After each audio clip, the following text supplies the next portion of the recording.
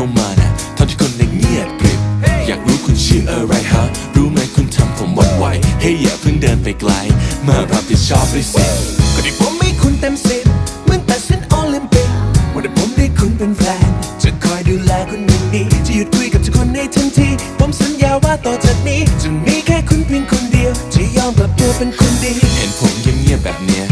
ผมก็รักเป็นจะไปรับจะไปส่งจะไม่เถียงจะไม่บ่นผมไม่ได้ล้อเล่นจะรับโทรศัพท์ทุกเวลาจะพิมพ์ตอบเธอไม่มีเบอร์ค่าและต่อจากนี้ขอสัญญาจะอยู่กับเธอเป็นคู่เหมือนเล็บตาคุณอาจจะเจอคนไม่ดีหรือคนที่เจ้าชู้แค่อยากให้รู้ว่าอย่าเอาคนคนเดียวมาตัดสินแค่อยากให้คุณเปิดหัวใจรักกันไปเดี๋ยวมันก็ชิน